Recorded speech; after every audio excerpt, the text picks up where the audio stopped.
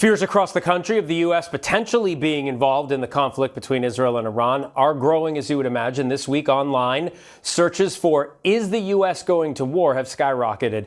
That's according to Google Trends. TikTok also exploding with videos on the topic, with the hashtag WW3 garnering 500,000 posts. Even though most of these videos, or at least some of them, are in jest, it begs the question, what would World War III look like today? Joining me now is presidential historian at the University of Virginia, Barbara Perry. Barbara, thanks so much for taking the time. These trends can point to a heightened sense of anxiety in the U.S.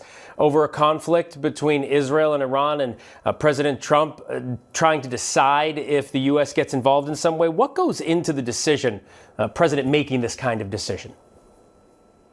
Well, let's take us back to December 6, 1941, right before Pearl Harbor. And what usually goes into this decision making on the part of the president is, first of all, are we up to the fight? And we were very isolationist in the 1930s, and we are isolationist now. I think our preparation for war and our forces are more prepared than they were in 1941. The next issue is, are we being attacked, as we then would be in Pearl Harbor on December 7th, 1941, which sort of makes the decision for us, or let us say after 9/11. So I think right now this president and his advisors are having to decide, if we are not directly attacked, and certainly we hope we are not, but do we do some sort of preemptive strike? And in this instance, do we use the rubber baby bumpers? Do we use the bunker destroying bomb to indicate that we are trying to take out the nuclear capability of Iran, to strike in the Middle East, to strike Israel, and at some point maybe even to strike us?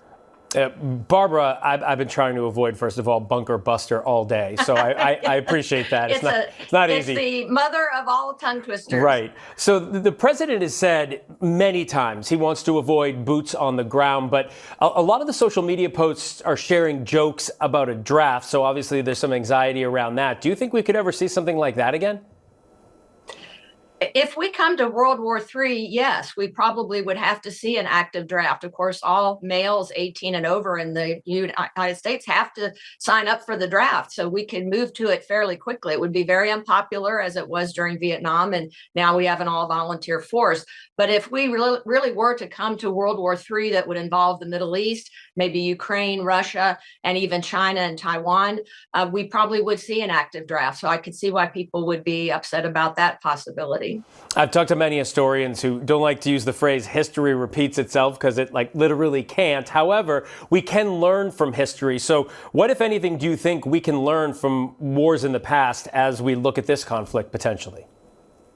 One of the things to keep in mind as we entered into the last World War, World War II, at least at the beginning, there were no nuclear weapons involved. So we have to take into consideration that we have weapons of mass destruction now that could literally end the planet. So we have to take that into consideration. What we can learn is that we want leadership. We want leadership of the FDR variety, of the George Marshall, of the Eisenhower and MacArthur variety. And we have to hope that those are in place so that we don't make mistakes as we did in Vietnam, in Iraq, and in Afghanistan. All right, presidential historian Barbara Perry, thanks for the time and the knowledge. We appreciate it.